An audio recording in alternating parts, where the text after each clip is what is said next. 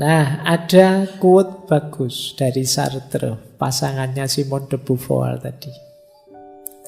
Kata dia, ya kesendirian itu memang fakta, kasunyatan, tapi kesepian tidak. Kata Sartre, if you are lonely when you are alone, you are in a bad company. Kalau engkau merasa kesepian saat kamu sendiri, engkau ada di perusahaan yang salah. Engkau ada di frekuensi yang keliru, channel yang keliru. Harusnya sendirian itu asik. Tadi loh saya sebut, karena menurut Sartre, hell is other people. Kamu dapat fasilitas sendirian kok malah stres, itu gimana? Harusnya kamu nikmati, justru asik. Kamu bisa bebas. Coba ada banyak orang lain, kamu tidak bisa ngapa-ngapain sudah. Jadi misalnya kamu di masjid ini agak sumuk, kan nggak berani tiba-tiba nyopot baju terus gimana, tidak bisa. Kenapa? Ada orang lain. Coba di kamarmu yang pas sendirian, sumuk sedikit ya kamu copot semua bajumu, santai sudah. Kenapa kalau di sini kamu tidak mau? Ada orang lain. Hadirnya orang lain kalau di Sartre itu ya menyusahkan saja, membelenggu kebebasanku. Maka kata dia, if you are lonely when you are alone, you are in a bad company. Maka carilah kesendirian, tapi bukan berarti sendiri itu kesepian. Kamu usiamu berapa kok masih sendirian? Ya enggak apa-apa, saya sendirian. Yang penting kan saya enggak kesepian. Nah, karena sendiri dan kesepian itu dua hal yang berbeda. Baik, jadi versinya Sartre ya, kita memang harus merayakan kesendirian tanpa harus merasa kesepian. Baik, sekarang kita masuk ke tadi kesendirian, sekarang kesepian. Kalau ini yang menyakitkan, yang lonely. Tadi kan ada kesepian, kesendirian. Ini yang bagian kesepian. Ada banyak sekali jenis kesepian. Ada namanya kesepian emosional. Kesepian emosional itu tidak ada hubungannya dengan ada banyak orang atau tidak. Tapi jiwamu memang jiwa sepi. Meskipun malam hari ini mungkin puluhan teman di sekelilingmu, kamu merasa sendirian. Berarti apa?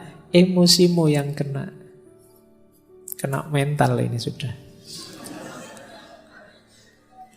Jadi temannya banyak loh, kok masih merasa kesepian. Ramenya bising di sekeliling, kamu merasa asing sendirian. Ini kesepian level emosional. Ada orang yang seperti ini. Jadi kesepian itu ternyata tidak selalu harus sendirian. Banyak teman pun orang bisa kesepian. Jadi rumusnya ternyata bisa bolak-balik ya. Sendirian tidak mesti kesepian, kesepian tidak pasti sendirian. Mungkin kamu dekat dengan orang yang kamu benci, rasanya tidak nyambung sama sekali dan kamu merasa sendirian. Tidak ada yang mendukung. Atau banyak orang sih tapi saya tidak ada yang kenal loh Pak, ya kamu rasanya kesepian. Mungkin kamu naik kereta atau naik bis itu, padahal bisnya penuh. Tapi karena kamu tidak kenal semuanya kan kamu diem saja dari Jogja sampai Jakarta, ya rasanya sendirian. Nanti kamu sampai di tujuan di Jakarta ditanya, ke Jakarta sama siapa? Sendirian. Padahal sak kereta itu ratusan orang jumlahnya. Tapi begitu ditanya sama siapa ke Jakarta, sendirian. Karena sebanyak itu orang tidak kamu hitung. Kamu menghitungnya dirimu saja yang tidak kenal dengan mereka semua. Yang kesepian jiwamu. Jiwa kalau sudah kesepian, ya sebanyak apapun keramaian, sejumlah apapun orang di sekelilingmu, ya kamu tetap merasa sepi. Ada kalanya sepi itu karena mungkin kamu kenal, kamu ngerti, tapi mereka tidak paham dirimu. Nah, itu kamu juga biasanya merasa kesepian. Yang kedua, ada kesepian sosial. Ini terjemahan saja. Kesepian sosial itu, kalau ini kuantitas. Semakin kecil jumlah teman, ya semakin rasanya sepi. Semakin kurang jaringan sosial, ya rasanya semakin sepi.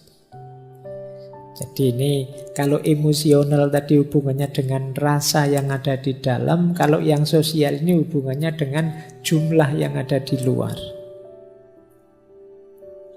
Wah, kok ngajinya malam hari ini sepi ya? Yang datang cuma 2 orang saja. Ah, ini kesepian level sosial. Jadi ada sosial, ada emosional. Ada eksistensial. Kesepian eksistensial itu ketika orang merasa bahwa aku sama sekali berbeda, sama sekali tidak sama dengan yang lain. Ini kesepian eksistensial. Di tengah-tengah orang misalnya, apalah kalian misalnya punya geng motor, semuanya pakai motor. Aku kok ngontel dewean yo, itu terus kamu merasa tidak sama dengan yang lain. Itu kesepian eksistensial. Misalnya sak kelas temenmu lagi party apa nyanyi-nyanyi, semuanya sukanya lagu barat, lagu Korea.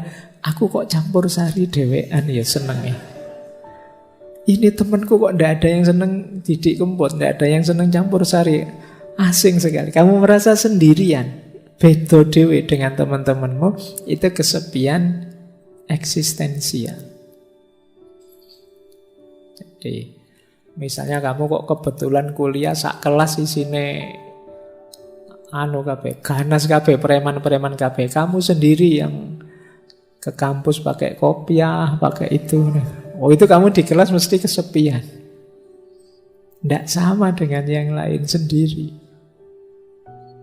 Nah, ini namanya kesepian eksistensial. Mungkin kalian masuk ke satu daerah, yang di satu daerah ini alirannya apa semua sama, kebetulan kamu tidak sama, alirannya beda dewe. Kamu akan kesepian di situ. Itu namanya kesepian eksistensial. Misalnya kalian yang biasanya tidak kunut subuhnya, masuk ke desa yang kalau subuh kunut. Begitu habis iktidal, imamnya bilang maunya baca kunut, Allahumma, kamu malah sujud. Nah, itu kesepian eksistensial. Itu kamu beda dewe aliranmu. Yang lain baca kunut, kamu sujud. Sama seperti sholat id, takbir 7 kali, kamu malah ya ruku, ya sujud. Yang lain cuma takbir loh. Nah, itu kesepian eksistensial itu namanya. Jadi baik, dalam hidup ini kadang-kadang kita mengalami ini.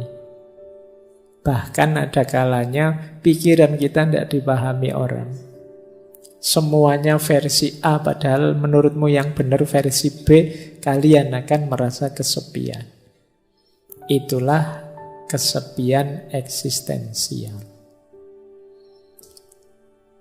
Nah, 3 yang terakhir situasional. Ada istilah kesepian sementara. Kesepian sementara itu dalam kondisi di waktu tertentu saja kamu merasa kesepian. Saya kesepian, Pak. Kalau malam hari saja sebenarnya, Pak. Kalau siang enggak. Kalau siang temannya banyak saya, Pak. Nah, itu kesepian yang sementara saja. Ada yang kesepian kronis. Ini kayak penyakit ya. Kebalikannya kesepian yang sementara, yang transien. Ada transien, ada kronis. Kalau yang kronis ini rasanya sepi terus. Kalau tadi kan sementara. Kayak kalian baru putus itu loh. Itu kan kamu kalau bikin puisi, hidupku rasanya dipenuhi kesepian. Itu kesepian terus, itu kronis sudah. Jadi kamu situasi apapun yang kamu hadapi, kamu merasa sepi. Jadi beda dengan transien tadi. Kalau transien di waktu tertentu saja. Kalau kronis ya ada kesepian situasional. Kesepian situasional itu syarat dan ketentuan tertentu yang membuat kamu terasa sepi. Pak, saya itu kesepian kalau akhir bulan. Kenapa? Uang saya habis. Nah, itu berarti situasional. Saya kalau akhir bulan rasanya sepi. Kenapa? Teman-teman menghindar semua, Pak. Kenapa? Ya mereka tahu kalau saya sudah tidak punya uang lagi. Mereka khawatir tak utangi mungkin. Ini kesepian situasional. Mungkin ada yang merasa sepi kalau pas belajar, pas ingat dosa-dosa muhasabah atau pas apa. Itu namanya kesepian situasional. Jadi dari sini sebenarnya bisa kita simpulkan tidak ada orang yang tidak mengalami kesepian. Setiap orang punya kesepiannya sendiri. Termasuk orang, mungkin teman-teman ada teman saya ini Pak rasanya ceria terus, senang terus. Mesti dia gembira terus, enggak. Pastikan saja dia pasti punya momen-momen sepinya sendiri. Entah kapan, entah dalam situasi apa. Mungkin saat nilainya jatuh dari A jadi E, rasanya sepi. Atau mungkin pas sakit, atau mungkin pas apa. Meskipun kesendirian itu kasunyatan, tapi ternyata kesepian juga kasunyatan. Karena apa? Karena tidak ada orang yang tidak punya titik sepi dalam hidupnya. Setiap orang punya titik sepinya sendiri. Apakah itu emosional, sosial, eksistensial, apakah sementara, kronis, atau situasional. Jadi, kalau menghadapi kondisi semacam ini berarti baik kesendirian maupun kesepian adalah sesuatu yang harus kita terima. Jadi jalan pertama untuk menyikapinya, jangan menyangkal. Terimalah bahwa, oh iya Pak, saya kadang-kadang memang merasa sepi. Entah dalam situasi apa. Bahkan nanti di belakang kita masuk ke tema orang yang sengaja ingin menyepi. Dalam agama ini mulia. Jadi yang jelas, kesendirian dan kesepian itu dua hal yang sama-sama eksistensial kita alami dalam hidup kita. Nah, ada yang punya perspektif seperti ini.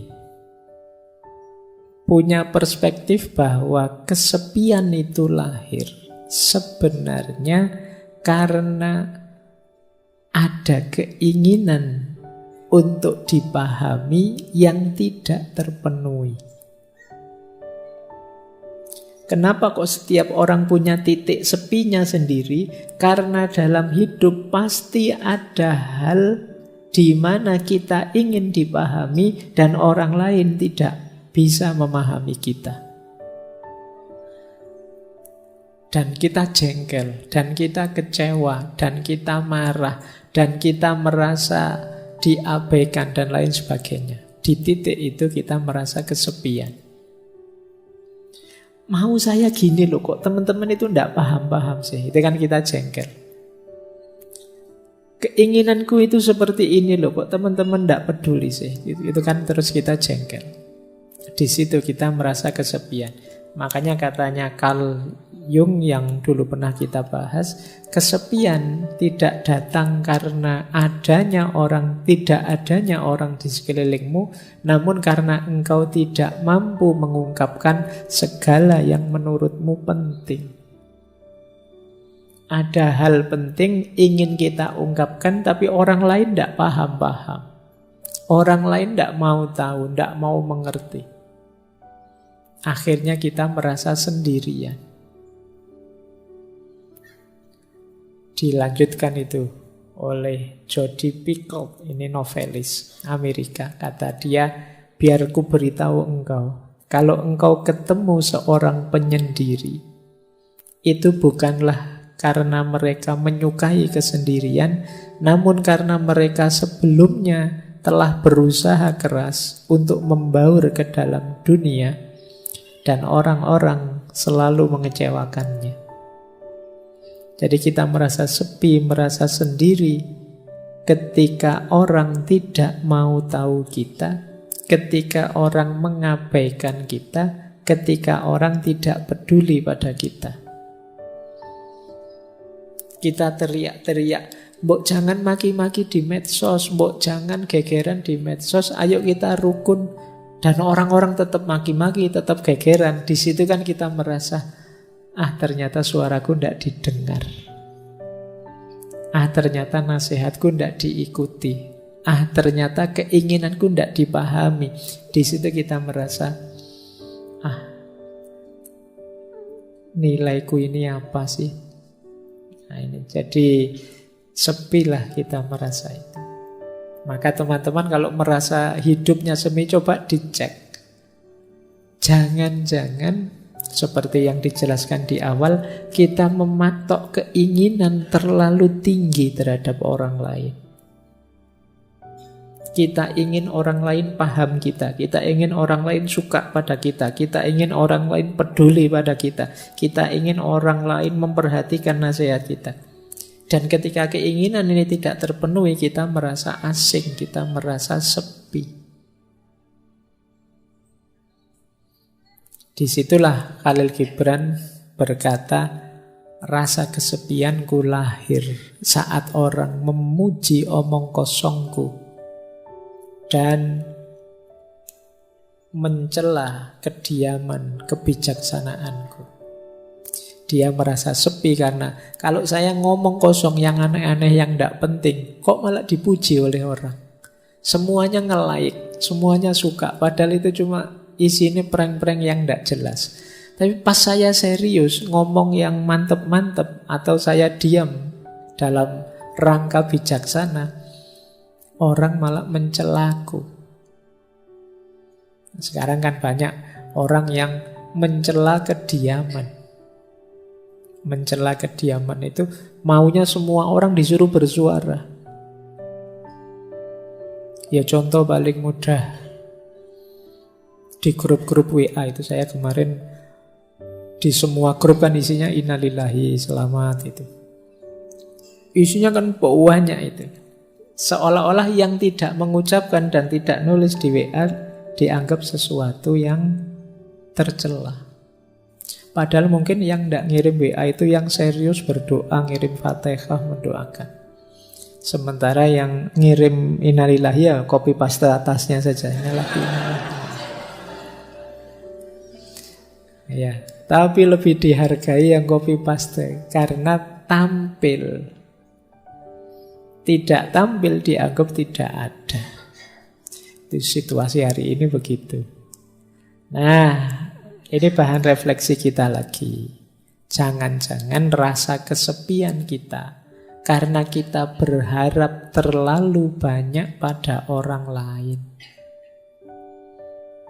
Akhirnya kita kecewa. Akhirnya kita merasa marah, merasa tersisih, merasa tidak dipedulikan.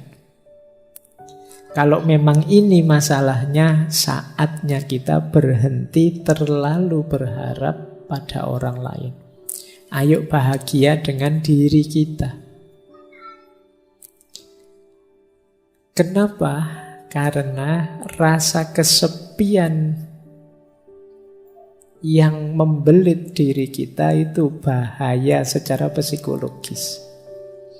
Ini saya ambilkan dari satu penelitian yang menjelaskan rutenya orang kesepian. Orang kesepian itu kan mesti akarnya karena kecewa, tidak bisa ngeblend, tidak bisa berbaur dengan dunia di sekelilingnya. Biasanya orang ini terus menyalahkan dirinya sendiri. Kenapa aku kok introvert ya? Kenapa aku kok ndak bisa ramah ya? Kenapa aku kok ndak bisa? Jadi biasanya terus disalahkan dirinya sendiri. Orang tidak menghargai dia, disalahkan dirinya. Orang tidak peduli padanya, tadi disalahkan dirinya. Dia menyalahkan dirinya terus. Sehingga akhirnya meruntuhkan self-esteem-nya, kebanggaannya pada dirinya. Kalau orang sudah runtuh kebanggaan pada dirinya, dia akan mengalami stres berat. Saya tidak berani bilang depresi ya, nanti depresi tambah nemen. Orang stres berat itu nanti sistem imunnya kacau, dia mudah sakit, ya karena hormon kortisolnya meningkat. Tidak enaknya di penelitian itu disebut resiko kematiannya tinggi. Nah, jadi ternyata ada korelasinya. Orang yang merasa kesepian, resiko kematiannya meningkat. Di penelitian itu disebut ya, stres berat itu setara dengan merokok 1 bungkus per hari. Bahayanya. Nah, berarti kalau teman-teman, tapi Pak kalau saya pas stres itu malah ngerokok Pak.